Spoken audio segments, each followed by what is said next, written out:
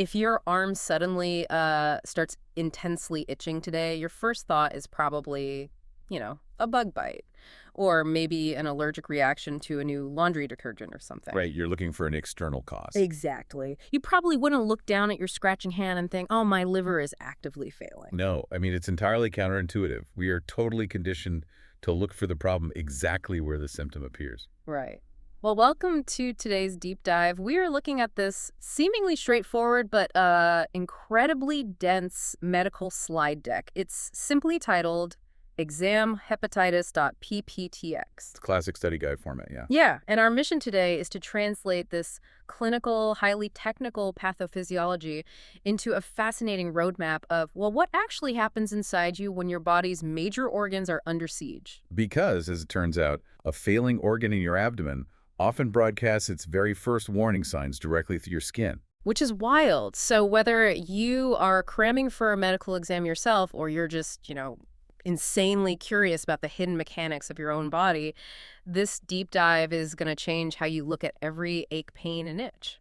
Or absolutely. I mean, we hear the word hepatitis all the time, right? Yeah, on warning posters in restaurant bathrooms or in the news. Exactly. It's a standard part of medical intake forms, too. Yeah.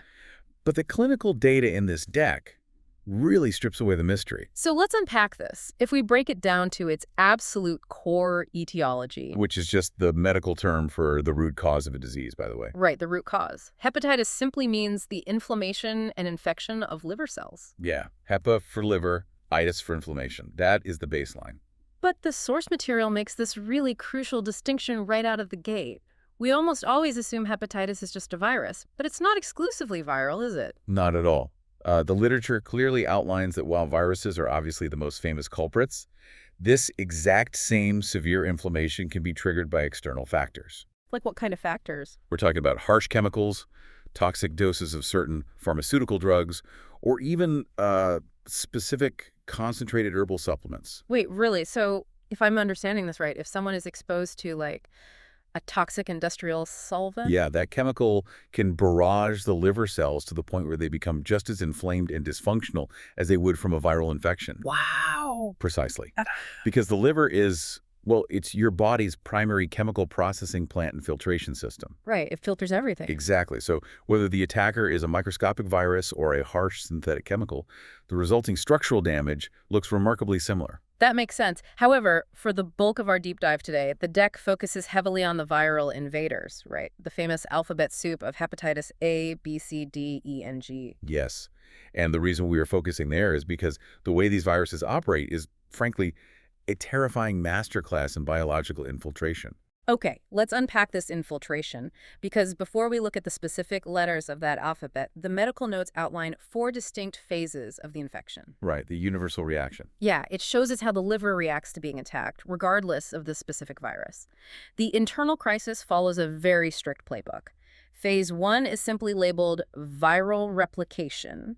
And the clinical characteristic listed for phase 1 is pretty chilling. Completely asymptomatic. Yeah, this is the stealth phase.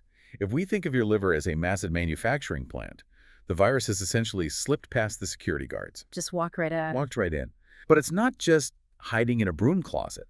A virus can't reproduce on its own. It requires a host cell. Oh, okay. So during this asymptomatic phase, the virus is actively hijacking the factory's 3D printers, your liver cells, and reprogramming them to print thousands of new virus particles. Instead of doing their actual job. Exactly. And because the factory hasn't realized it's been hacked yet, no alarms are sounding, you feel absolutely fine. The ultimate invisible house guest. You're walking around, drinking your coffee, totally unaware that your cells have been taken hostage. Right. But then we cross into phase 2, the preicteric or prodromal phase. This is when the alarms finally trip.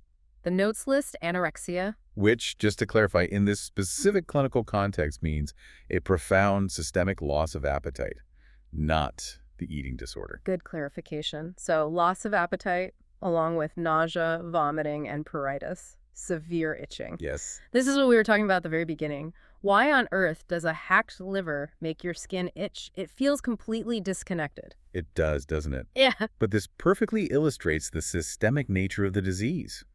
One of the liver's main jobs is to produce and process bile. Which helps digest fats, Yeah, right? exactly.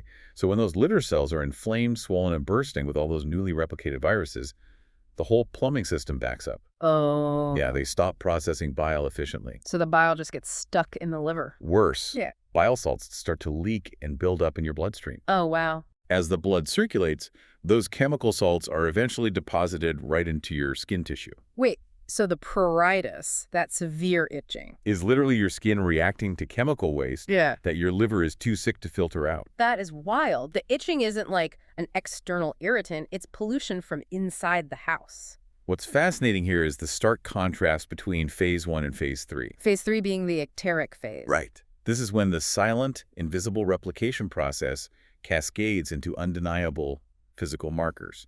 The invisible becomes visible. The source lists two major ones for this phase, jaundice and dark urine. Exactly. Jaundice is that classic yellowing of the skin and the sclera, the whites of the eyes. Right. And the dark urine happens for a nearly identical biological reason. It all comes down to a substance called bilirubin. Okay, so what exactly is bilirubin? The deck mentions it constantly, but break down why it turns you yellow. Sure. Bilirubin is a yellowish pigment that's created naturally during the normal breakdown of old red blood cells. Okay, so we all have it. We all have it. Usually, your liver acts as the waste management facility. It takes that bilirubin, processes it, and safely excretes it into your digestive tract. But in phase 3 of hepatitis... The liver is entirely compromised. It can't process the trash. Nah. So the yellow pigment spills over into the bloodstream, saturating the tissues of your body and filtering out through your kidneys, which turns the urine dark. Your body literally changes color to sound the final desperate alarm. That's exactly it. The invisible hacker has set the factory on fire, and the flames are visible from the street. Great analogy, yes. Which brings us, hopefully, to phase 4, convalescence. The notes state this is when signs and symptoms finally resolve and lab values return to normal. The immune system finally clears out the hackers, and you begin the grueling process of rebuilding the factory floor. So it's a massive physiological toll, obviously. It is, but it really highlights that the liver is a remarkably resilient organ. If the virus is cleared, liver tissue actually has an incredible capacity to regenerate and repair itself. That's amazing.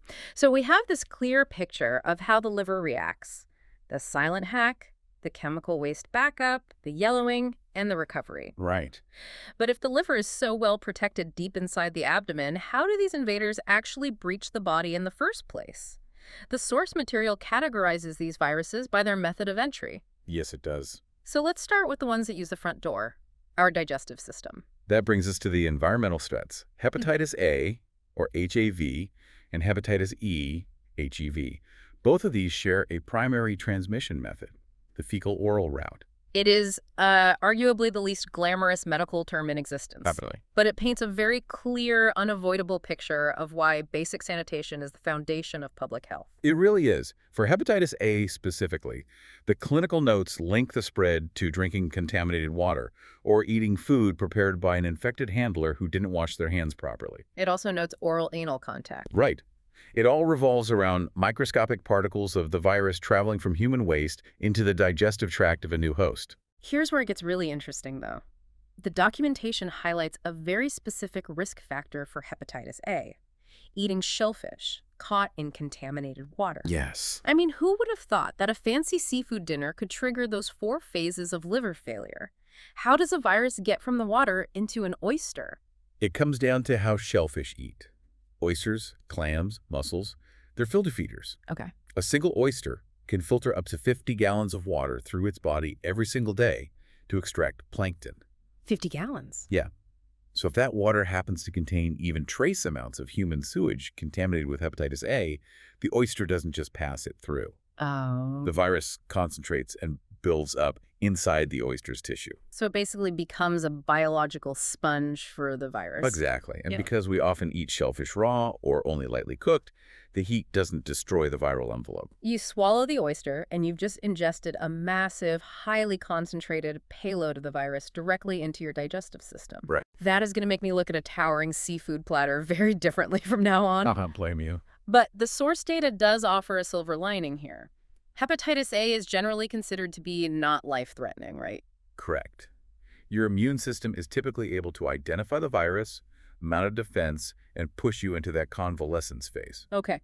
Though it is very important to note that the clinical data specifies the course of the disease can be much more severe in adults older than 40 years of age. Oh, why the age divide? As we age, our immune response naturally becomes less robust. A viral load that a 20-year-old might fight off with a week of misery could put a 45-year-old in the hospital with severe dehydration and profound liver stress. Makes sense. And what about hepatitis E? It shares that exact same fecal-oral transmission route. Is it just a clone of hepatitis A? It operates very similarly in how it enters the body. But the absolutely crucial detail the source provides about HEV is that a chronic form does not develop. Meaning it doesn't stay in your body forever. Right. Some viruses are incredibly adept at hiding in your DNA or evading the immune system permanently. Hepatitis E does not possess that level of stealth. So you get sick, your body fights a fierce battle, you recover, and the virus is eradicated. Yes, it does not linger to cause decades of smoldering damage. If we connect this to the bigger picture, it really proves how interconnected human health is with environmental sanitation. Clean water and food safety are literally life-saving medical interventions. Absolutely. The lack of chronic development for viruses A and E is a massive comfort. But as the source material moves down the alphabet, the rules of engagement change entirely. The stakes skyrocket. Exactly. Because if hepatitis A and E are about what we consume, the rest of the alphabet, hepatitis B, C, and D, are about what enters our bloodstream directly. The bloodstream hijackers. Right. When a virus is ingested, it still has to survive stomach acid and the mucosal lining of the gut. But when it's transmitted via blood, it bypasses all of those frontline defenses. It gets a VIP, fast pass, straight into circulation. And consequently, straight to the liver. Let's look at hepatitis B, or HBV. The notes state HBV is transmitted straight through the blood. And one of the most critical transmission vectors listed is from a carrier mother directly to an infant during childbirth. Mother-to-child transmission is why hepatitis B remains a massive global health focus. Now, with hepatitis B, the clinical outcomes diverge into two very different paths. Okay, what are they? The research notes that many people who contract HBV will develop antibodies. Their immune system successfully builds the weapons needed to destroy the virus, and they completely recover. But I'm guessing there is a but here. It's a significant one. The data shows that others do not clear the virus. Instead, they become carriers or develop chronic hepatitis. What does being a carrier actually mean biologically? Does it mean the immune system just gave up? It's more like a biological stalemate. The immune system fights the virus to a standstill but cannot eradicate it. The virus continues to live and slowly replicate inside the liver cells. The patient might feel fine for years, but that inflammation becomes a long-term, smoldering fire. And over decades, that constant damage replaces healthy liver tissue with stiff scar tissue. Exactly. And then we have hepatitis C, HCV. If B is a smoldering fire, C sounds like a silent assassin. It really is. The clinical data lists its transmission routes, blood transfusions, sexual contact, and parenteral transmission. Let's define parenteral, because that's a term that doesn't get used much outside a hospital. Parenteral essentially means any route of entry that occurs outside the digestive tract, typically piercing the skin.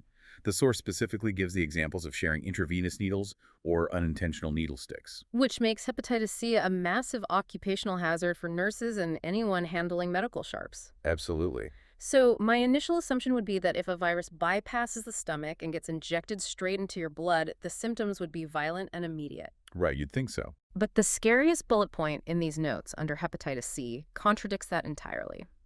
It says, infected people may be completely asymptomatic. This is what makes HCV so insidious. The notes go on to say that these asymptomatic people can become carriers or develop chronic infection, which leads directly to an increased risk of liver cirrhosis and liver cancer. This raises an incredibly important question about silent medical threats.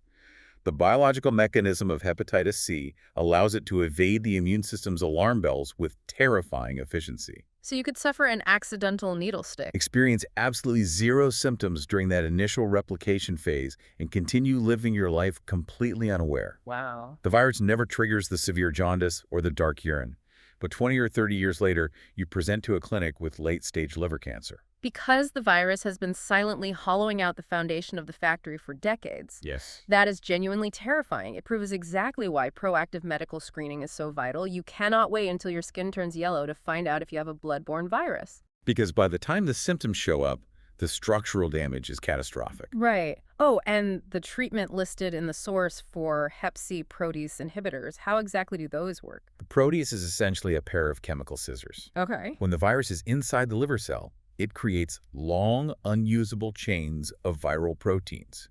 It needs that protease enzyme to cut those long chains into the right pieces to assemble a new working virus. Ah, I see. So protease inhibitors are drugs that chemically jam those scissors. The virus can no longer cut its proteins, which means it can no longer assemble clones. It stops replication dead in its tracks. Okay, that is brilliant engineering. Now, my mind was completely blown by this next one. Hepatitis D or HDV? Oh, this is a very unique one. The clinical notes state verbatim, only people with HBV are at risk for hepatitis D. It's like a parasite that only feeds on another parasite. Exactly. You have to already be infected with hepatitis B just to be physically capable of catching hepatitis D. How is that even possible? What's fascinating here is that it's a perfect example of viral evolution.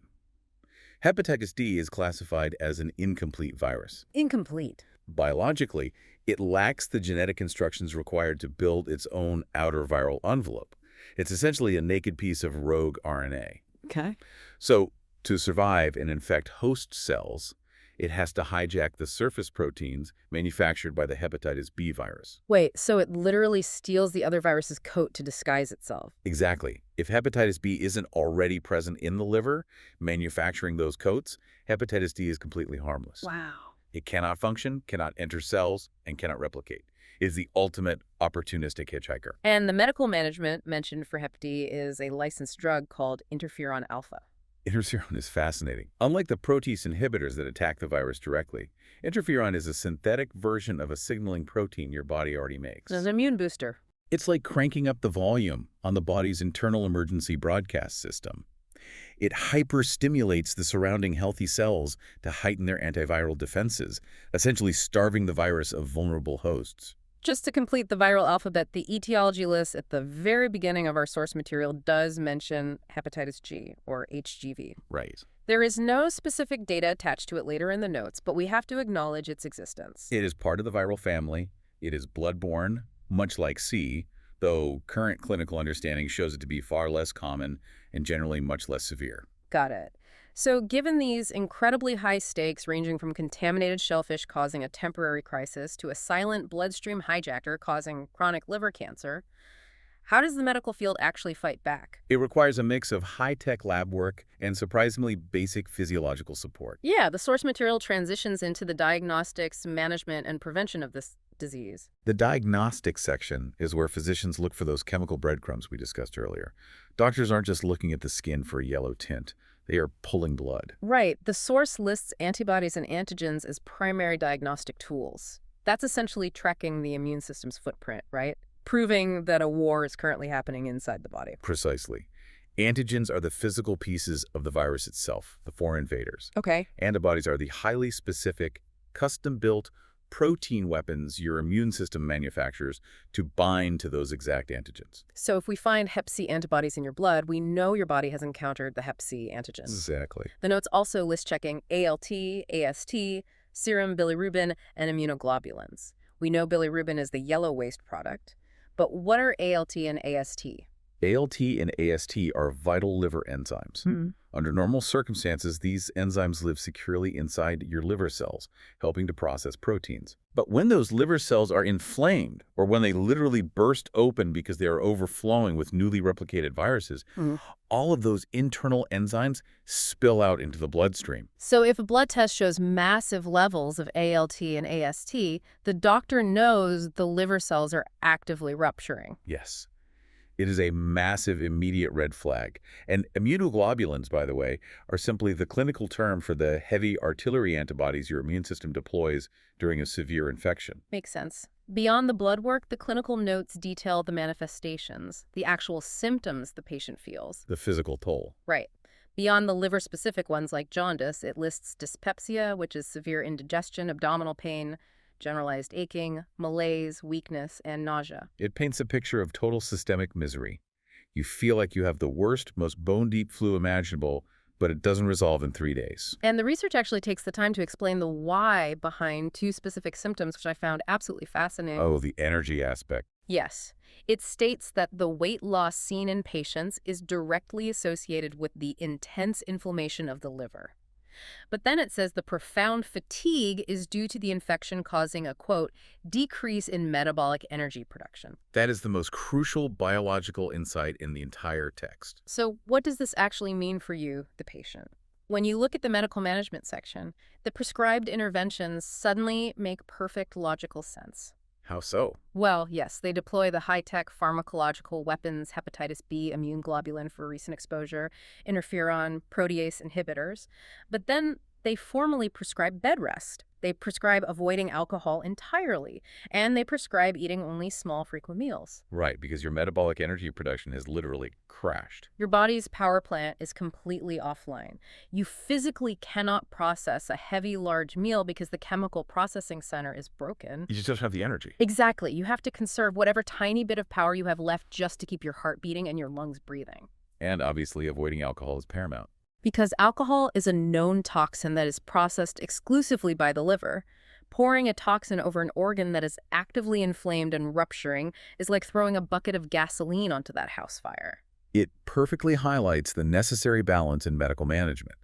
You need targeted pharmacological warfare to stop the replication, but you also desperately need holistic, supportive, care-like bed rest and dietary changes to give the body the energy it needs to survive the war. And of course, the most triumphant part of this clinical data is the prevention section. Yes, the best way to manage hepatitis is to make sure it never breaches the fortress in the first place. We talked about strict environmental sanitation for hepatitis A and E, but for the blood-borne viruses, the protocols are rigorous. Screening all blood donors is completely non-negotiable today. And the source specifically highlights the use of needleless IV administration systems in modern hospitals. That's a huge one for protecting healthcare workers.